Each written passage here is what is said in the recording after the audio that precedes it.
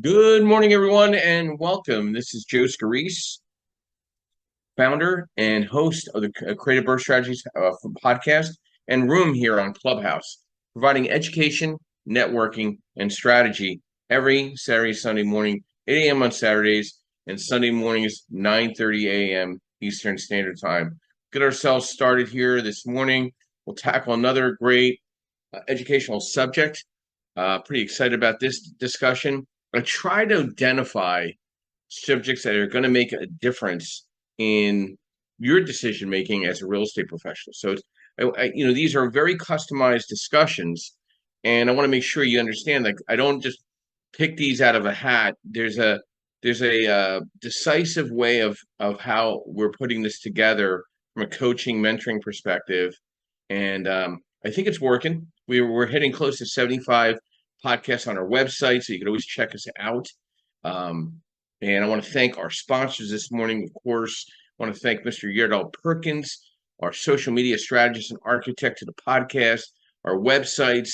He's here to provide insight and strategy and website design and opportunities to create social media analytics for you as a real estate professional. So reach out to him.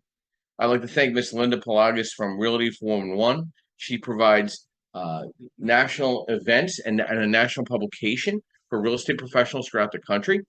And and she'll be on here probably in a few minutes. I'd also like to thank MB Capital, where I'm an unsecured business line of credit referral program coordinator, where I refer unsecured business lines of credit for clients that are in the real estate investment space, also business to business.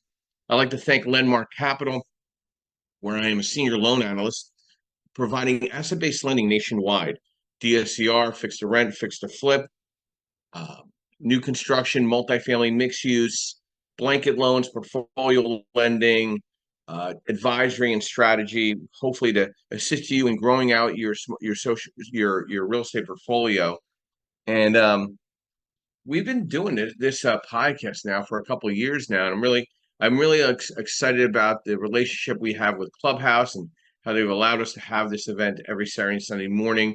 Um, and I feel like this is a no sell zone, no pitch zone. We're really just kind of putting things out in front of you, and I really appreciate everybody that comes on here every weekend because I really do appreciate that because from where a lot of us were a couple of years ago during COVID to where we are now, hopefully and thankfully we're all in much better positions. So our discussion this morning, equity versus debt real estate investments.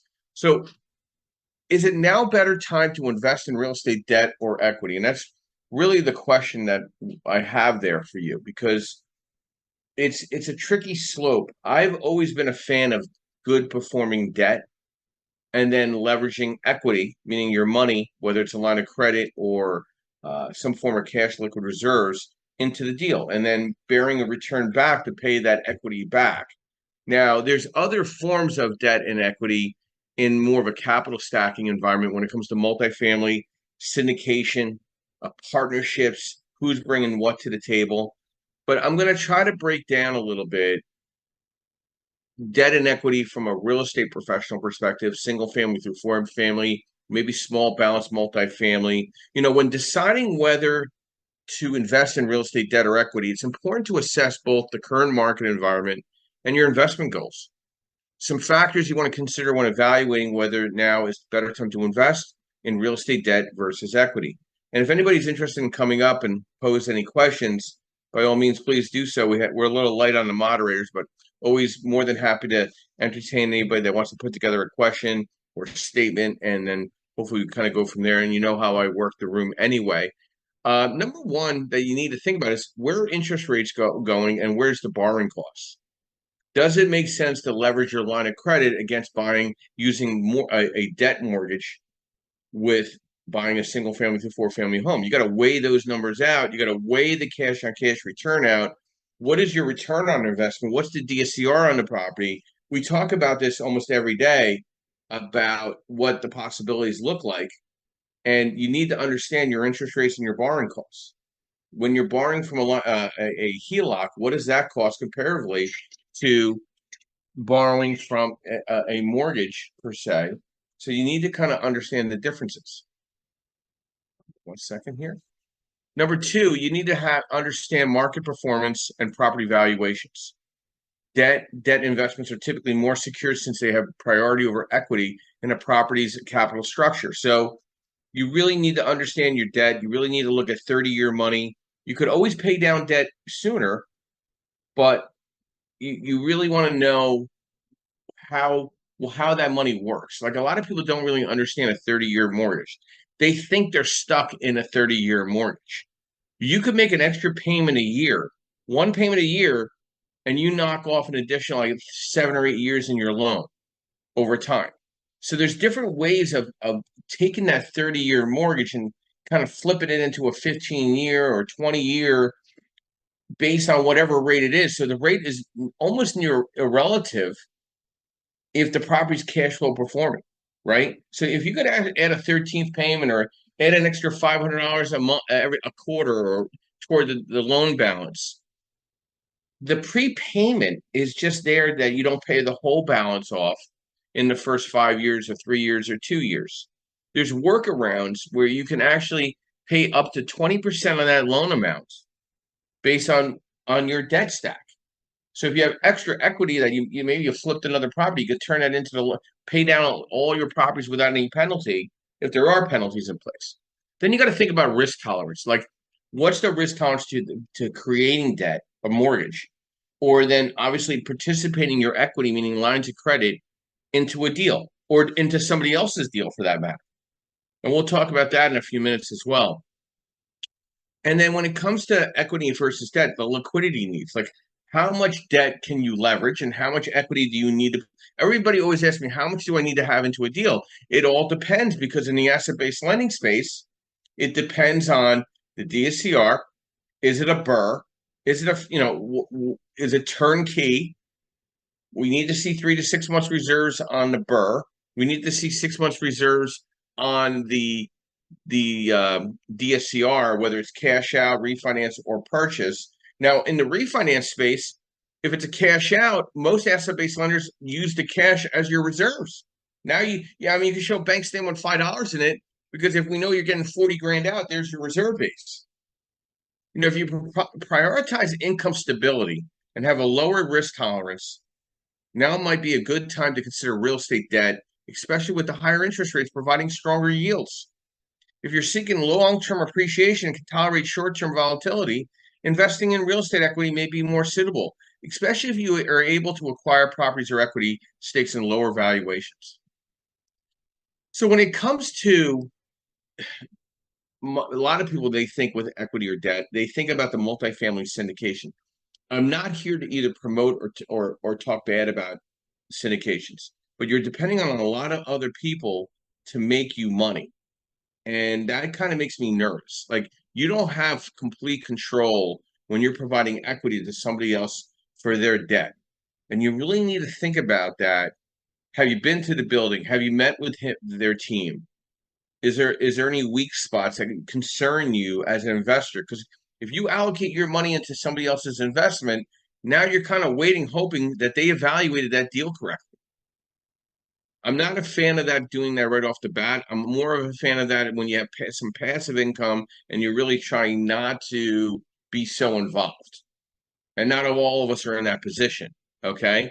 So, respectfully, if you're just starting out, I don't think a syndication partnership from a crowdfunding perspective and putting money into a investment makes a lot of sense. You should learn how to understand the investment itself as an investor directly, and then figure out, does it make sense to put some of your extra profits into something else for somebody else that has a deal where you can leverage that and make some passive income.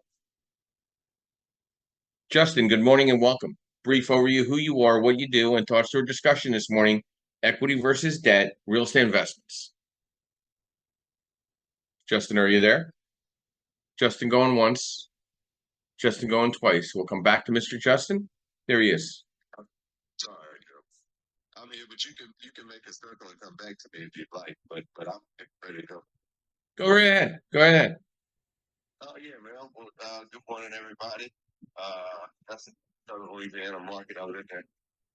Things ready for the family. But I think very important conversation in my opinion. It's got your equity, yeah, your debt position, which obviously is the ratio of what you have already contributed into the deal versus what could be or should be contributed into the deal. Um, Looking at the stuff inside my house, but I will say this: I believe in um, strong equity positions in the riskier situation you're in. I understand that in the beginning, or if you're resetting like myself right now, you're trying to do a reset or something like that, get back into the market, get back into the game. Uh, Going with a lender that will allow you to put a little bit less down, yeah, that's a good strategy to get back started. I don't think that is the best strategy for long term buy and hold. In my opinion, just to agree with it, I don't that the per units that you're putting into this, or you're looking at in a ratio, the higher equity position you want to be in. The more units that you have, the harder things are to trade. The longer they take to trade and sell, and okay, during a shift, right? Just to bring it all home together. During a market shift, during a change, right? Larger properties are seeing significant increases in their value. And so that's why I say equity position is highly important. You go into one of these deals with 10% down, but you can't go into the 10% down. So let's say you find the best, go into one of these deals with 30% down, and the market takes that 30% away from you. Let's just look at how much influx that we've had in our market across the country.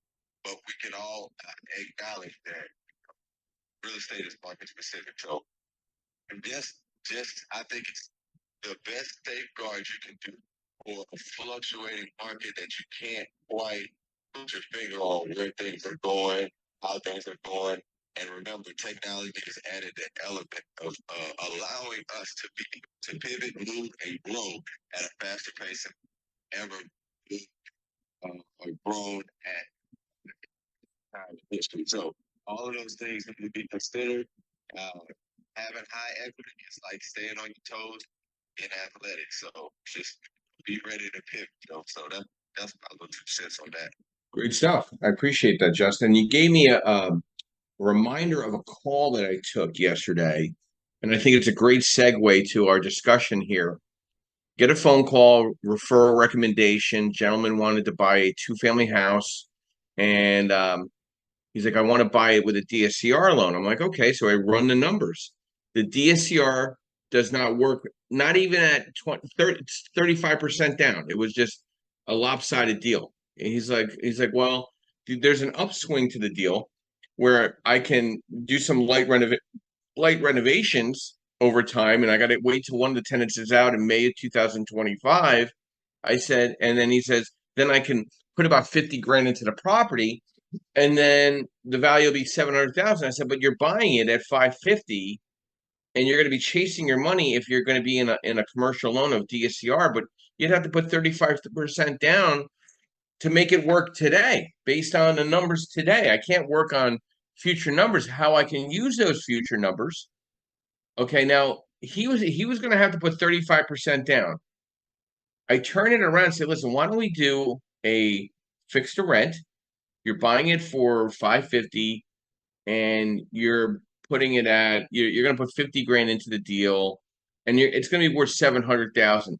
You're going to actually have to put less money into the deal on the acquisition and chase less of your money on the back end on your debt if you just buy it with a fixed to rent loan.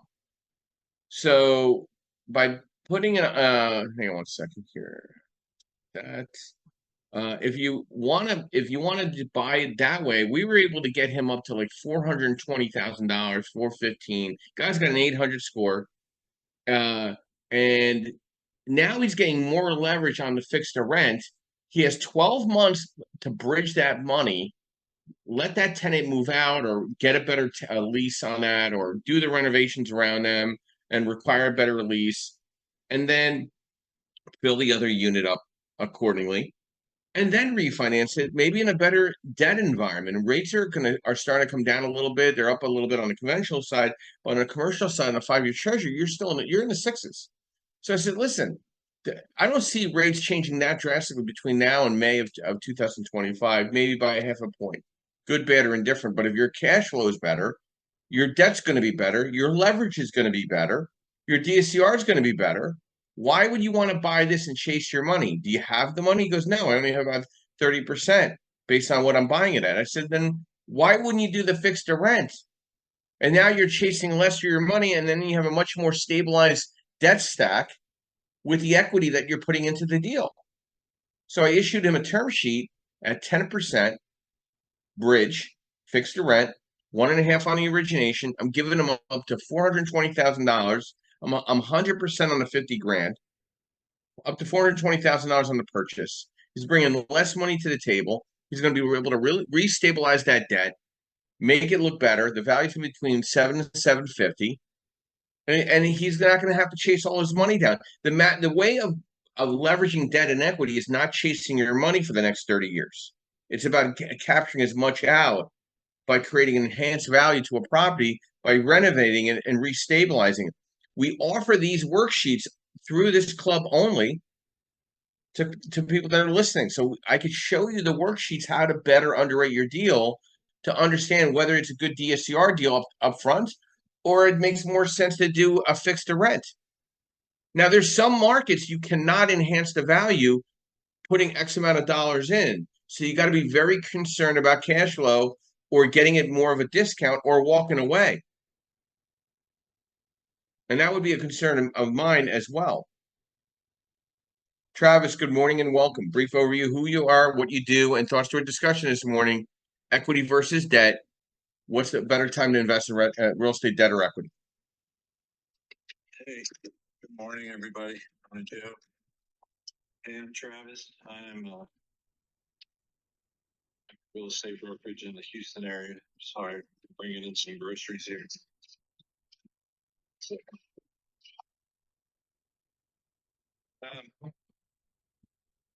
I think that the answer to that is it depends. Depends on what your goals are and what kind of return you want on your cash. What the market is like or the neighborhood's like that you're buying the property in. Is a neighborhood that historically continuously goes up in value? Or is it a market that, pretty much stays flat? And I think that really should influence how you're investing, how much money you're putting in, how much risk you're willing to take. And it really comes down to, all right, if I'm financing it, like you just talked about, Joe, how much do I have to put down to be able to cash flow? Right? If I'm buying it at whatever price and I want to make sure it fits this DSCR formula, well, how much do I need to put in? And is that the kind of return I want on my money at the end of the day? I think it's that simple, really. Yeah, you would think so. Everybody wants to go into it. Travis, I appreciate that, by the way. But as we both know, people like the story more than the bullet points. I think there's a miss when it comes to short versus long-term goals and risk tolerance. I don't think people really understand the risk tolerance of good performing debt. They think it's okay to buy something and not do the bridge and just go right to the DSCR, and now you're chasing your money, and they don't really evaluate the cost benefit or the timing of getting that money back. Does that make sense? Did I lose? Makes sense. And honestly, I've never thought about the bridge loan before. Well, But what you described makes sense for what that guy's doing. Well, I tried to explain it to him. It kind of bounced off his head. I'm like, listen, you're gonna have the same. You want to put 25% down. I get it. I'm allowing you to do that, or even a little less. But I'm also giving the money to renovate and restabilize the property to create that end value. If you do it the way that you're trying to do it, you're gonna have to put 35% down. You're gonna have to put the 50 grand out of pocket And now you're going to be chasing your money for the next 5 years in the loan, right? I mean, like, I thought I explained it as best as possible. I think it made sense, and I showed him the risk. What if the value doesn't go to 750? What if it's at 675? Now you're really chasing your money. But at least I gave you more money on the bridge to refinance. Now you have less money when you refinance out, right? Yeah. And I think it makes sense. And I think for what I what I would want to point out about what you're talking about is it's very important to have somebody like yourself who's very knowledgeable in different ways to finance a deal as part of your team, right? Loans or working with a lender that doesn't know all these different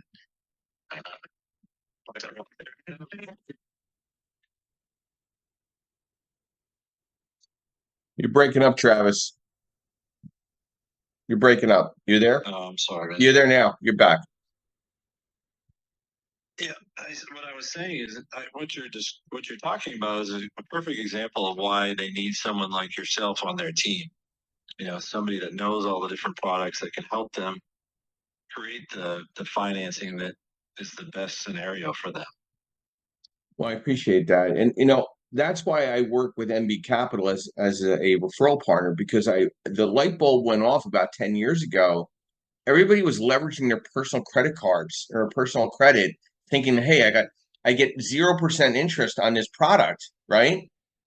And I'm saying, wait a minute, let me give you this line of credit in the commercial veil. It doesn't impact your personal credit, and you still get the 0% interest. Or there's another type of line of credit we could set you up for that doesn't impact your personal bottom line, and pay that back instead of using your line of credit under your personal name or using up your liquid assets.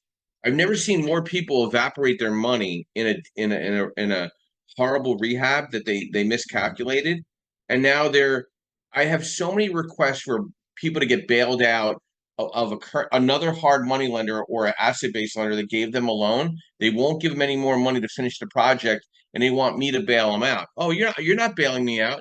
Well, what are we calling it? A rebridge? No, it's a bailout. You can't complete it with the current lender. You need a new lender to rebridge you and give you more money to finish. Is that the case? Yes, that's a bailout.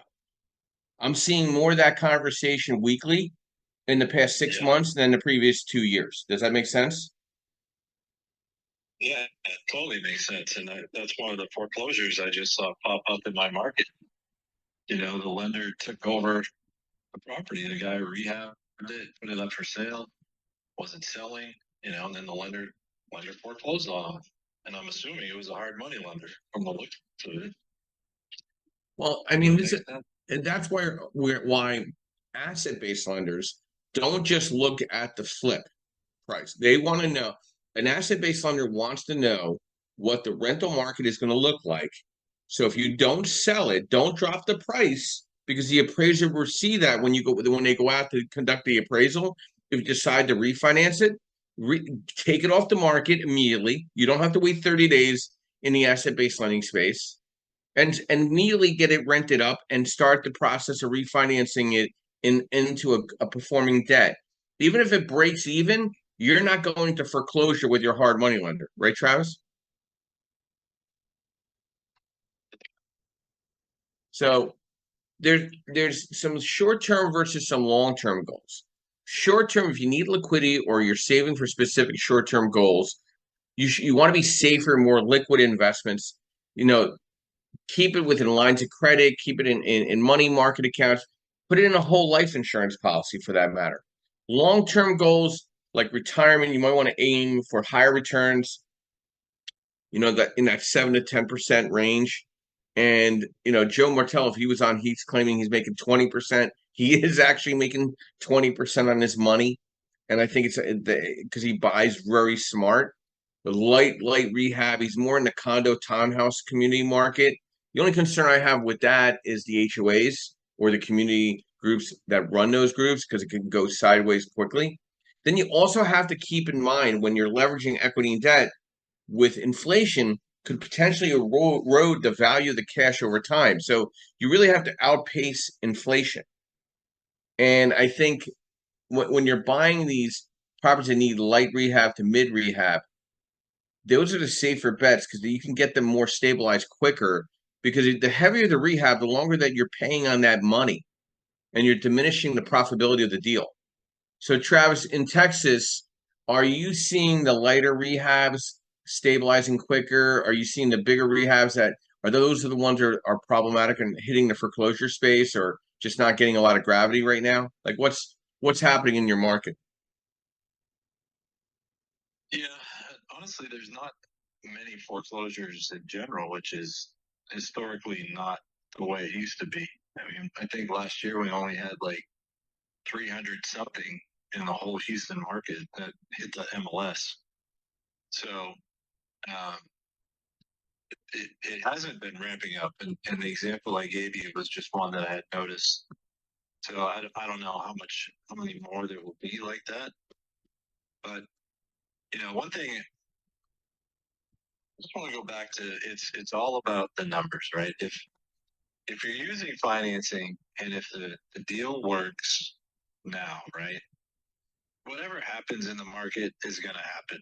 I mean, I can tell you from my own experience, we bought a bunch of property in Alabama in 2005 to 2007. Then everything crashed, right? So, yeah, we could have sold them and lost money, but what's the point? If at the beginning you're buying them at the right price and they were cash flowing good, then when the market values drop, doesn't matter. You just have to ride it out.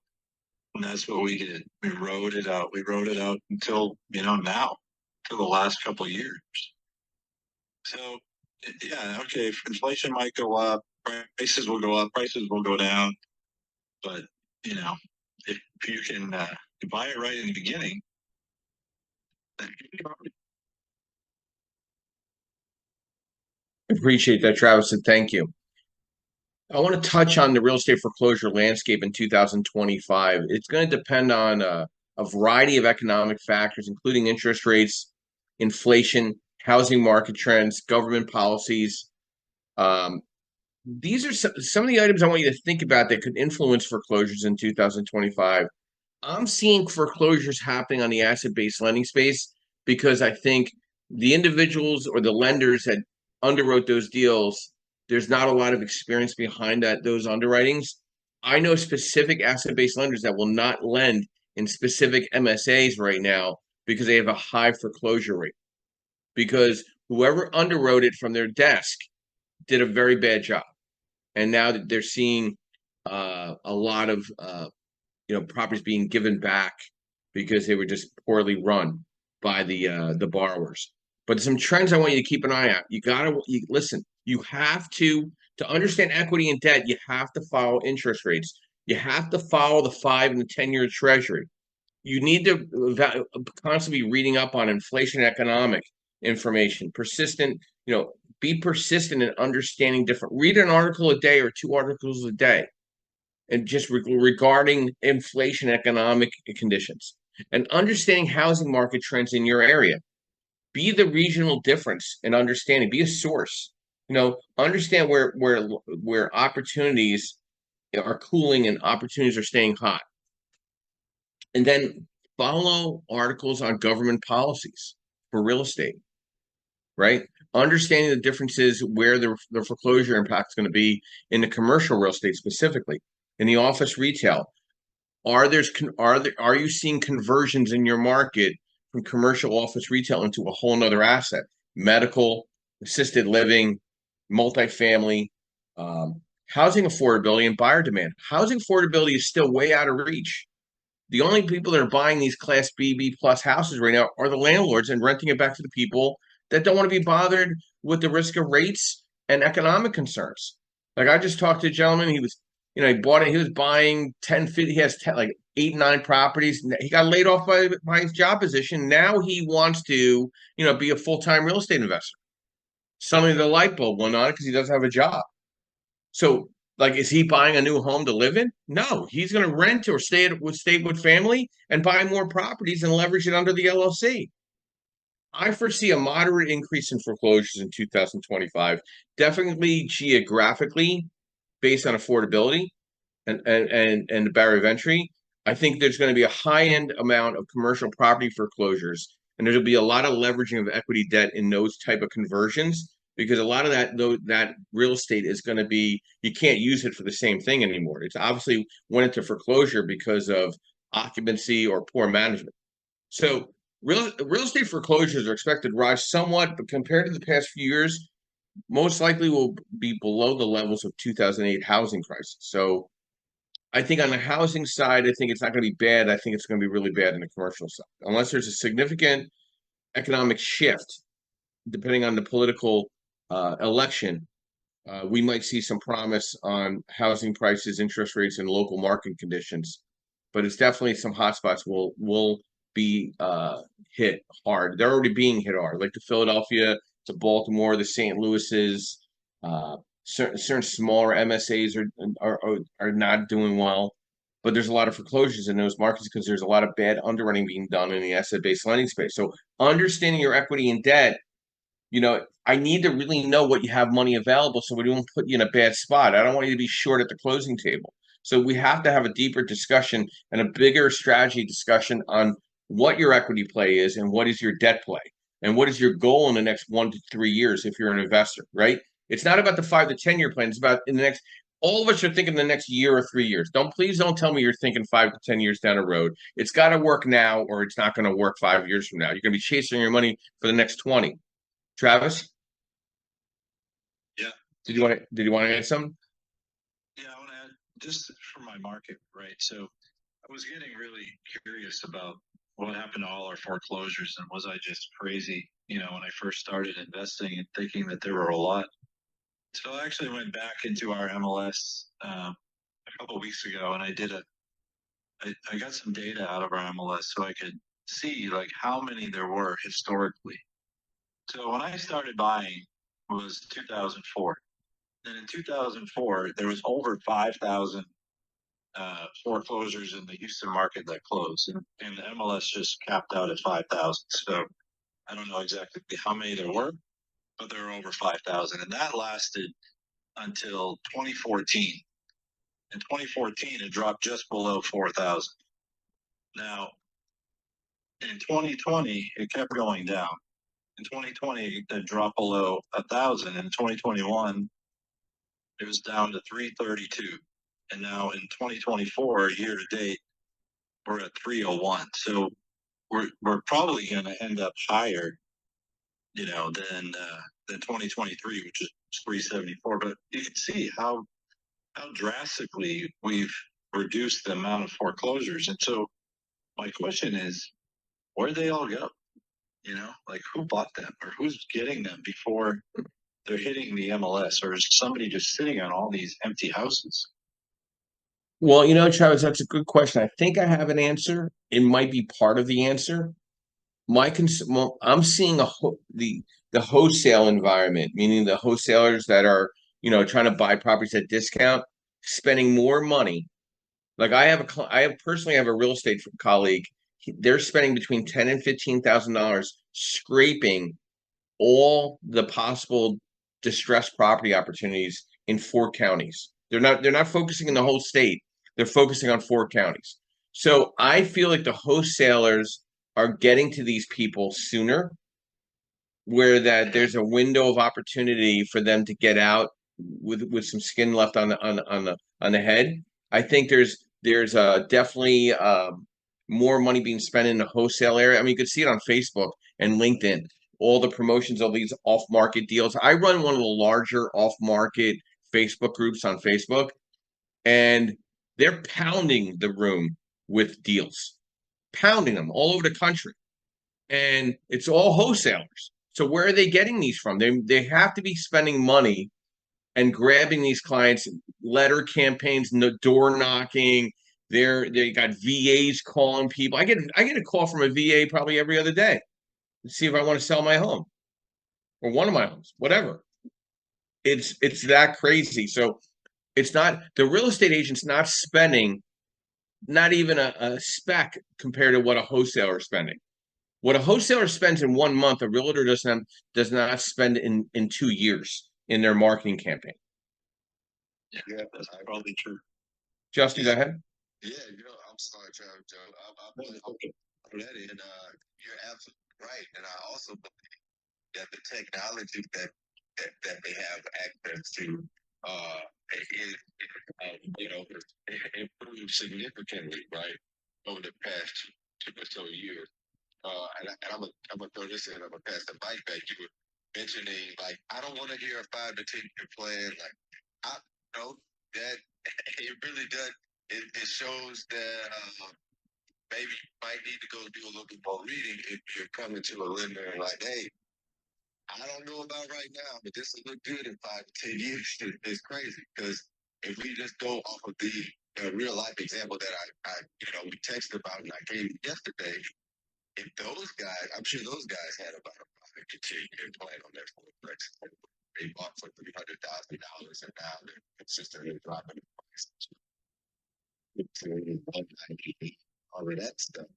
That is not sold well. That's a very unfortunate position to be in for one property, one complex. If you have 4 or 5 of them, that amount of equity, because that's wrong on your debt. So that's my thoughts on that. Yeah, I think you need to sit down with a wholesaler and have an honest discussion of what what are they spending and where are they spending in software in prop tech for that matter. You know what I mean? What are they? I know of wholesalers that are spending 30, 40, $50,000 a month, but they're also charging $25,000 a wholesale fee or $50,000 a wholesale fee. Now, for the real estate agents listening in, I would be upset. Okay, but I'd try to figure out what software they're using first and get past being upset because they're spending a major amount of money in identifying opportunities before an agent can even get to a conversation with the distressed seller. Now, I want to touch on some U.S. markets. I think that analyzing my trends and interest rates and housing affordability, economic performances, where I would play equity and debt heavily because I think there's going to be some opportunities in the Sunbelt City area market. I would keep an eye on Austin, Texas, Phoenix, Arizona, and Orlando and Miami, Florida. You're already seeing the impact in Orlando and Miami. In these other markets, you might start seeing stuff. California, I think it's going to be a bloodbath in San Francisco Bay Area and Los Angeles. It's an epicenter of just really bad government. Sacramento, California could have some experiences there. I think Las Vegas can go through a little rough spot. Some key risk I think is tourism and hospitality are major industries in Las Vegas. Any downturn in those sectors could lead to higher unemployment, reducing homeowner ability to make mortgage payments. So we could see some of that come back to Las Vegas. Houston, Texas. I know Travis is in that market. Housing market is closely tied to the energy sector, which can be volatile. With energy markets remaining uncertain, particularly with the transition toward greener energy, Houston can see an increase in foreclosures if the local employment is hit. The Midwest Rust Belt cities in Ohio, Michigan, and Indiana. We talked about this. Cleveland, Ohio, very tough market to be in compared to the other Ohio markets. Detroit, Michigan, everybody wants to go there. It's so cheap. There's a reason why it's still so cheap years later. And Indianapolis, Indiana, I've been there a couple times. I am not so impressed with their downtown corridor near the stadium. I don't know what form of recovery they're looking at there. The New York City market and surrounding areas could have people buying very high in the Bergen County market in New Jersey. It's almost cresting to the point where nobody can afford to buy a home. I think you could see some problems up in North Jersey and surrounding areas of Westchester County. Chicago, Illinois, another area that I would be highly concerned with. High crime, just really bad government. It's like near communism there. So most lenders are staying away from it right now. I mean, I'll lend in Chicago, but I'm going to want to know more about the borrower. I want to know more about the deal. I want to know about their experience, and I want to see lighter rehab. Some Northeast markets that could be impacted as well. Bridgeport, Connecticut could go through some really bad landlord-tenant relationships in that market. Really bad. So they're always at each other's throats, the landlords and the tenant association. So, while some of these predictions based on current trends, changes in government policies and economic recovery could make a difference and bring new market dynamics and could shift some of these outcomes. Amy, good morning and welcome. Brief overview, who you are, what you do, and thoughts to our discussion this morning, equity versus debt, real estate investments. Good morning, Joe. Thanks for having me. I am Amy Palvido. I am the chairwoman of the U.S. PropTech Council, which is the trade association for the real estate technology industry in the United States. Also, I'm a founder of a PropTech company, Facilimax, which is a digital twin AI platform for commercial real estate. And I've been a long-time real estate investor and been in commercial real estate since 2003.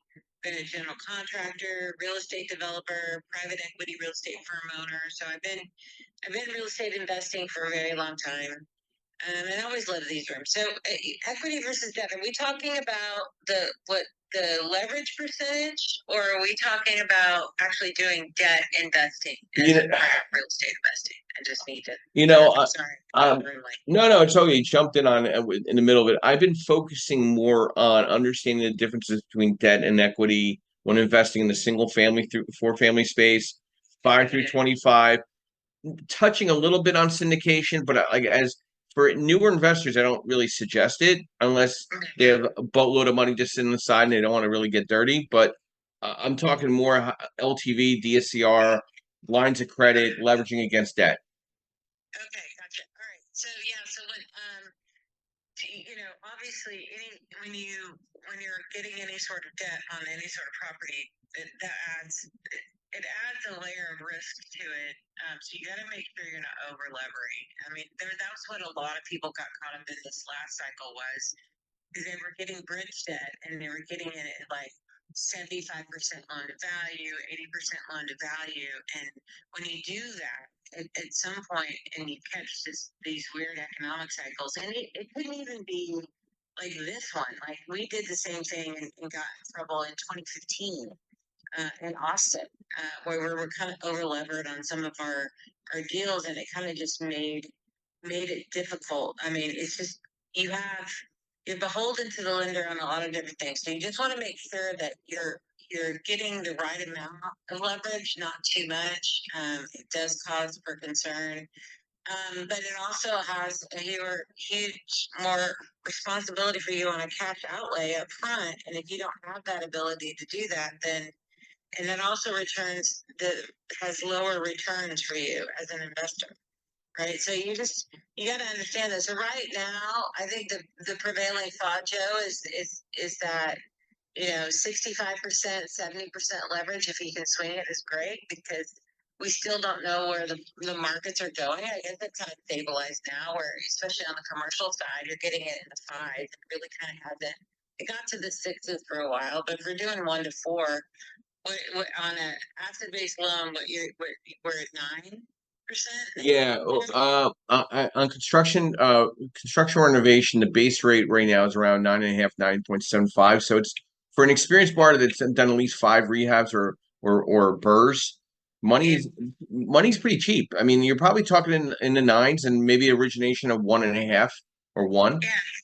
I mean, even back in 2010, when I was doing deals, I was using hard money at the time because asset-based lending wasn't as prevalent. But my hard money was at 12%, 12, 11, 12, 13%. If I got a 9% loan, I would have been doing cartwheels.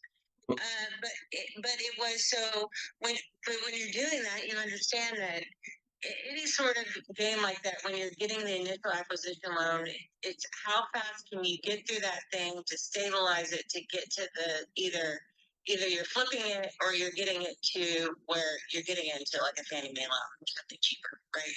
So you play this game of the speed to stabilization kind of thing. And so as when I was doing that back in my single family days, that was what we did. And partly we had the ability to do that because we were a general contractor at the time. So it's good to understand your craft for sure, and understand what the game is, and understand how you're going to get through some stuff. But I would have loved to do a 9% loan. It would have given me a little more breathing room. I also think that 9%.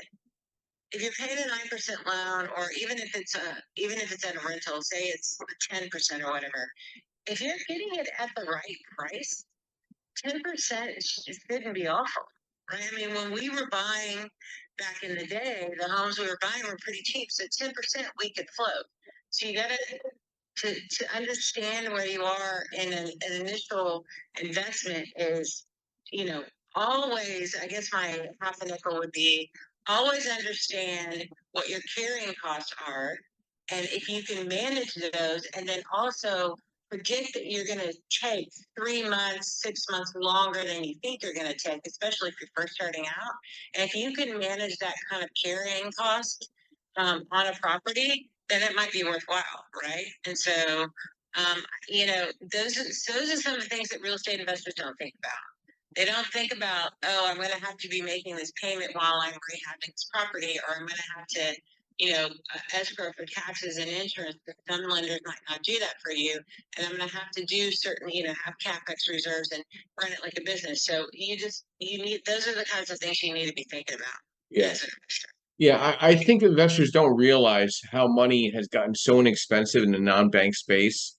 That's why hard money lenders are dropping their pricing and origination and banks are just completely irrelative right now in most of the primary MSAs because where can a bank get a loan closed without tax returns, no pay stubs, no W-2s or 1099s at 6.5 to 6.75 rate on a 30-year fix? Complete business loan doesn't report to one's credit. You can't. You can't. No, you're disrupting the banking industry for sure. I mean, it's very true. They can't. They couldn't do it. They couldn't be. Yeah. No. I'm surprised that the banks aren't. Honestly, no joke. I'm surprised that banks aren't investing in the debt funds that are doing asset-based lending. I think there's an arrogance there that like I used to work for a regional bank that's privately owned, Amy, and I think there's an arrogance that they're still a necessary evil to the equation. I think they're a necessary evil to the equation for more SBA, small business in their immediate market, but they're completely irrelevant in the lending landscape for an investor, right? The single family through four family. I mean, think about all the deposits they're seeing and not doing their loans. They're getting all their security deposits, right? And they're not getting the loans. The light bulb should go off. I have not seen it go off yet completely, but it's not. And I think there's an arrogance that the banks are always going to be. They're not as big as the hedge funds. There's just prop tech. There's more money spent on prop tech in AI with asset based lending than a bank will ever spend. And I'm going to tie this back real quick to you because I want to kind of get the intersection of prop tech and wholesaling real estate because it's all buying wholesale. You're leveraging debt and equity. You're looking at the numbers. There's obviously data driven property search, performance, lead generation, and marketing automation, and real estate CRMs and virtual tours and remote transactions, down the road after you get the deal, or even AI powered property valuation. But let's start with the lead generation. Let's focus on the lead generation and the marketing automation. Why are the wholesalers so far ahead of these established real estate brokerages in spending money on lead generation and marketing automation? What are they doing that is creating these opportunities? Because my biggest clients are wholesalers sending me buyers where I'm figuring out equity and debt. Like, what is the problem? What is the miss? Yeah, so there was an investor friend of mine. We went in on a deal together. He got into multi after wholesaling, and he had a huge team. Well, not huge, but he had about 6 or 7 VAs, and they were scraping data. And he basically was emailing and calling a bunch of different people, and just like they were just maniacal about it, and that's how they were getting the leads. It was kind of the old-fashioned way, right? And this was about 6, 7 years ago. This is what he was doing, and he had a huge operation. He was probably getting under contract 200 deals a year. And he was he spent in marketing what you were saying. That's a true number, like 25, 30 grand a month on marketing, because it was so profitable for him. Because when he would just wholesale, if all he had to do was wholesale probably 2 deals a month, and that would cover what he was doing. So he was making money just on that, and just grinding. But now with the advent of AI, what he was doing, he probably would only need a third of that staff, or maybe even just 2 people, and then using AI. So AI is coming out now with so many different things, and it's not even stuff. It's not even software. It's just AI in general that you can use to scrape data for you to find different things. But there are some newer technology around this whole lead generation, or finding distress buyers. So you can do this in a couple of ways. So my friend Ken Singh has a AI software called Flipbid, and that's just like an exchange. So he'll, by providing the services to the people who are distressed and finding buyers, he gets the people to kind of self-select it, right? So you're going to find deals on Flipbid that you probably won't find anywhere else. But if you're really trying to get to those people who might be in trouble, another friend of mine is using data and matching his AI with, it's called Needle, which is NEDL, and Stash is a multifamily broker. And he can look at certain indicators through the data that he's collecting, and he's using his AI to kind of predict when certain things are going to have to happen.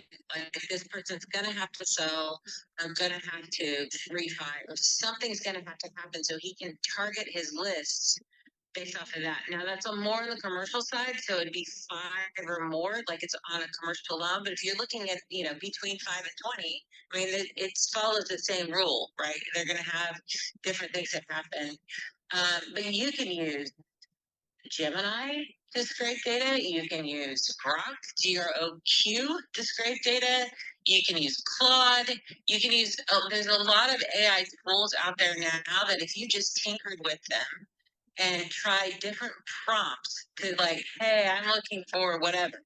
And then, I mean, Chat GPT used to be the bomb. It's no longer. Like, there's more and more AI tools coming out now that are surpassing Chat GPT. They're surpassing kind of Copilot. It's really kind of interesting to see what's happening. And that's just AI search. Yeah. That's not even like a software program. That's good. So it's really kind of interesting for sure. And this is another thing, and I'm going to lead to where I'm going to introduce Steve in a minute. If you're going to go buy a foreclosure or a discounted opportunity, right, and you're going to leverage equity and debt, what is the best way of doing this? And people don't think about this, and I don't know if, Amy, this comes to mind for you. So if somebody buys a property cash because they got to close quick, fine, no problem.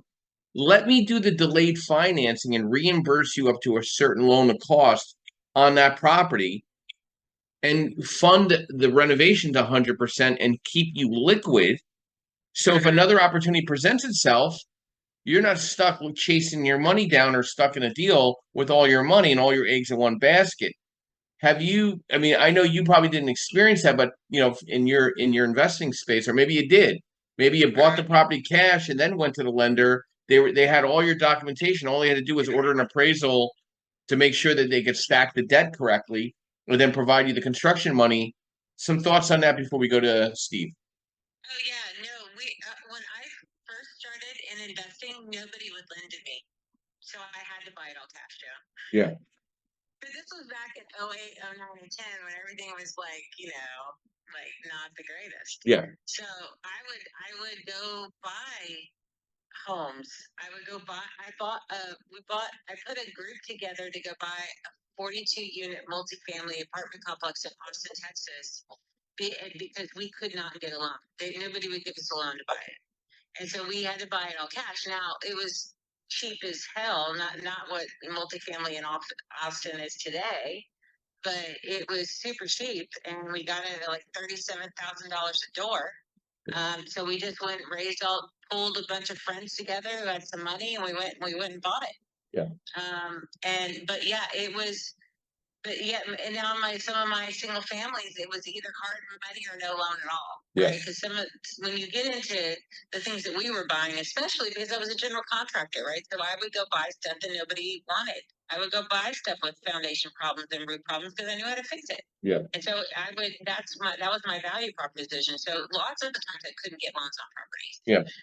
So you just have to keep, but it does offer you, especially if you're going to do a development, like even if you don't buy the land, if you can partner with somebody who already owns the land, that's a great way to do development. And I was even doing that in the last couple of years, right? Because what happens on the construction loan is they could use the land value as the down payment.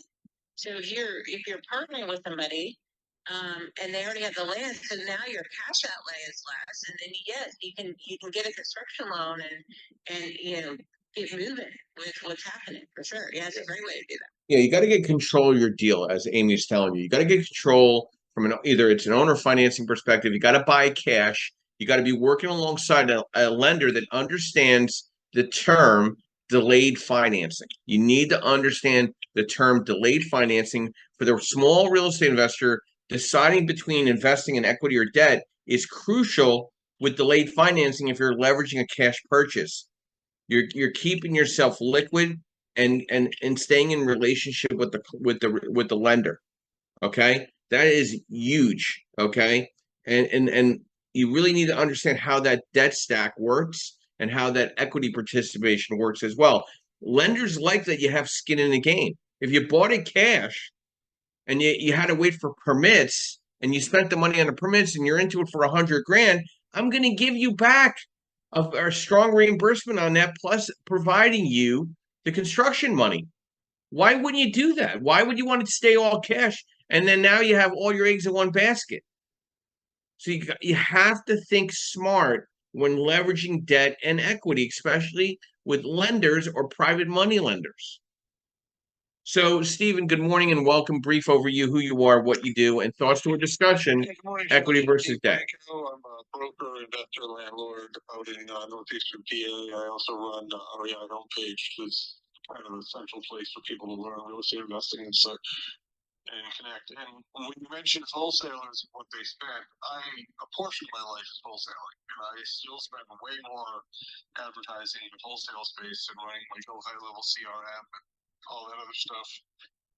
You do have to invest more when you're looking for the things that need to be found before they hit the market. I always tell my agents, don't go on Facebook and look for a wholesale listing because if it's on Facebook, we've already found what the market says. Go there and find an MLS listing. As far as the topic for today, I always looked at it as, my thing has always been, when I first started buying in 2008, it was a very depressed market at the time of northeastern Pennsylvania. I would do a lot of deals, and I would tell the bank, hey, I want to borrow $30,000. I would fix them, rent them, before I even knew what that was. And I want $30,000 back. And the guy's like, well, you have $80,000 in equity. I said, yes, but my cash flow won't cover $80,000. I only want $30,000. So I always came into it saying, I want to borrow what still leaves me good cash flow. Now, if I have another deal on the line, maybe I'm taking more out. But that's always been my plan, especially if you're a smaller investor and you're playing in more marginal pool for whatever reason, affordable housing or whatever. I think it's important to not take all the equity put in your pocket, because if you have nothing to do with that to make you more money, you not borrow 90 to 85, 100%. Because if you're just sticking that money in the bank, well, you're paying interest, which is going to be higher than what you're getting elsewhere. Now, if you've got enough deals going on, you borrow 90% here and be able to put what item back into the next deal. Now it works well. My last comment, though, is someone mentioned earlier who your lender is and what they know and how they think. I actually have a current issue. This is one of the deals I'm saying down to you, Joe's, where a lender who was in process, we were doing something, more of a line of credit type situation. I suddenly realized they weren't talking in, here's what's best for you. Here's what's best for the situation you're in. They were all talking about, well, our policy is our package. Which of our products do you want? Because they weren't spending the time to figure out what I needed. what our situation was, how that played in.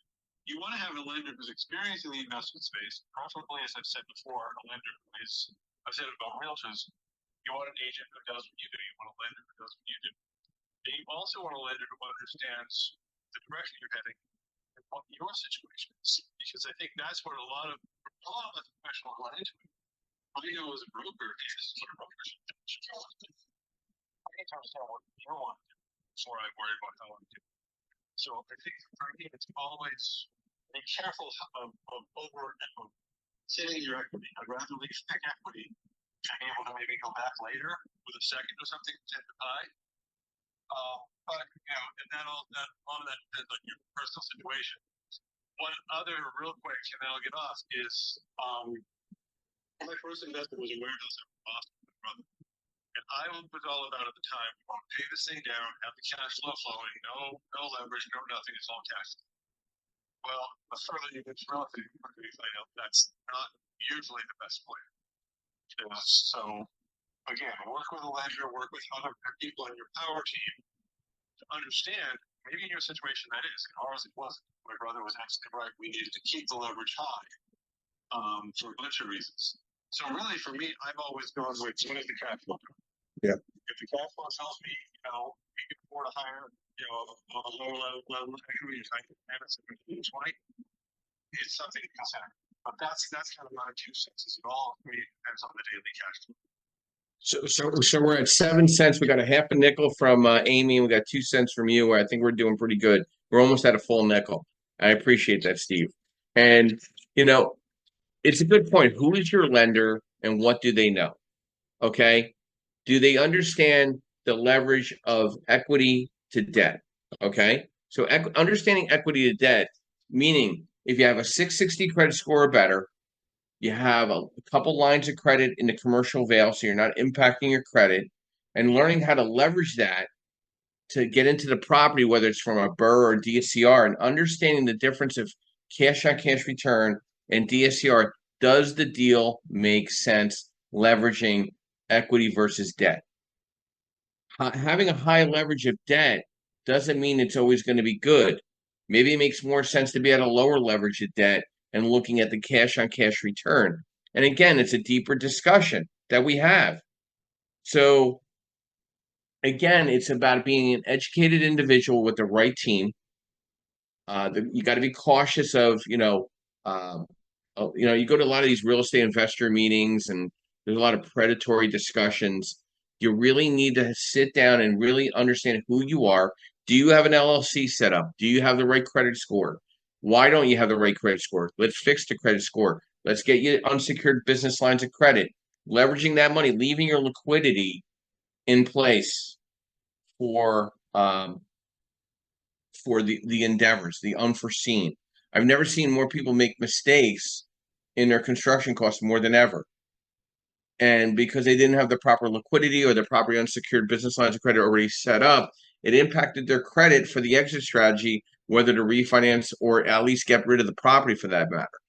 So that you have to have a deeper discussion in understanding leverage, understanding equity, and understanding debt as a real estate investor, whether you're a newer investor, and again, I welcome new investors. I mean, technically, in the asset-based lending space, a new investor can get up to 85% on the purchase and 100% on construction, as long as the renovation numbers are under 45% of the purchase price. So, educational example, if you're buying something to 100, keep it at 45,000 in renovation or less. You have a better shot as a newer investor to get higher leverage, up to 85% on the purchase and 100% on construction, as long as credit's 660 plus, and you're buying in the name of the LLC. And you got to understand where that 15% is coming from, plus closing costs and what your reserve base needed and your 20% contingency. You need to have a deeper discussion with your power team to make sure you're ready to do that. Maybe a partnership makes sense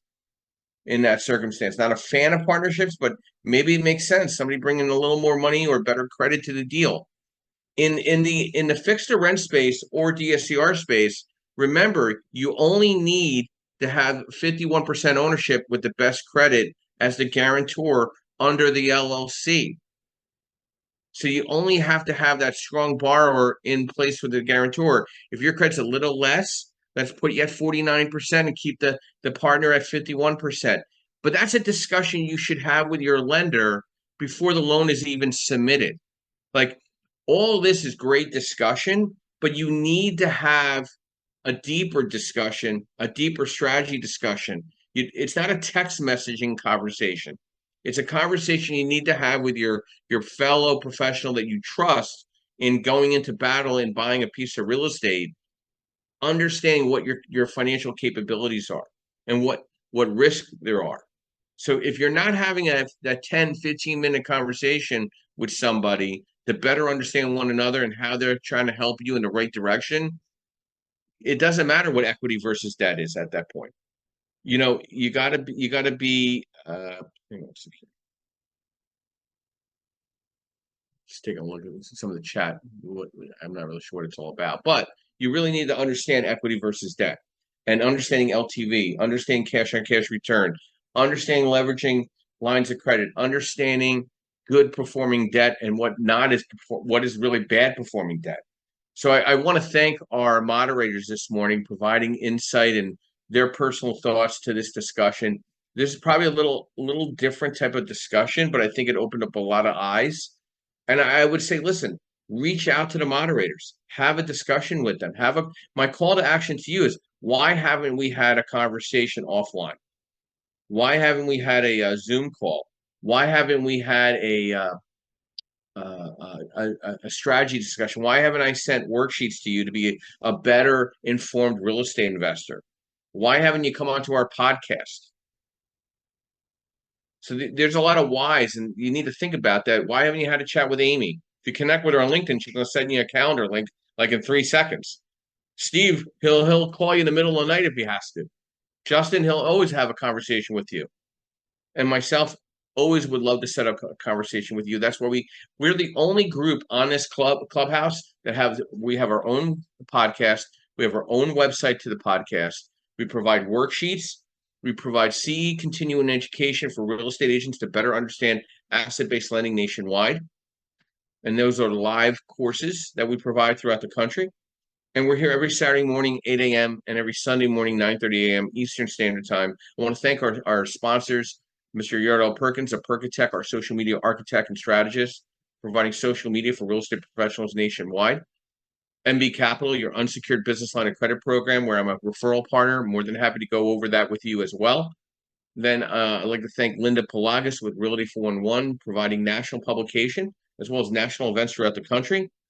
And I'd like to thank Lendmark Capital, where I'm a senior loan analyst, providing asset-based lending in the DSCR space, fixed to rent, fixed to flip, new construction, multifamily, and mixed use, licensed in all 50 states. Also offer a broker and correspondent program for anybody that would like to broker loans or be a white label marketing program coordinator in marketing our money on behalf of clients. And if anybody needs the worksheets, I saw a little chat. I noticed it every once in a while. If anybody needs the worksheets, please email me. My email information is on my profile. My phone number is on my profile. I'm not very hard to find. I'm on LinkedIn. Why aren't we connected on LinkedIn? I provide educational subjects. All these discussions are created as an article and a poll on LinkedIn every week. So all this information is out there for you to re-review, and let's set up a strategy discussion. I would love to hear about strategy discussions you set up with Amy, Justin, and Steven. And my quote this morning, I always like to finish off with a nice little quote.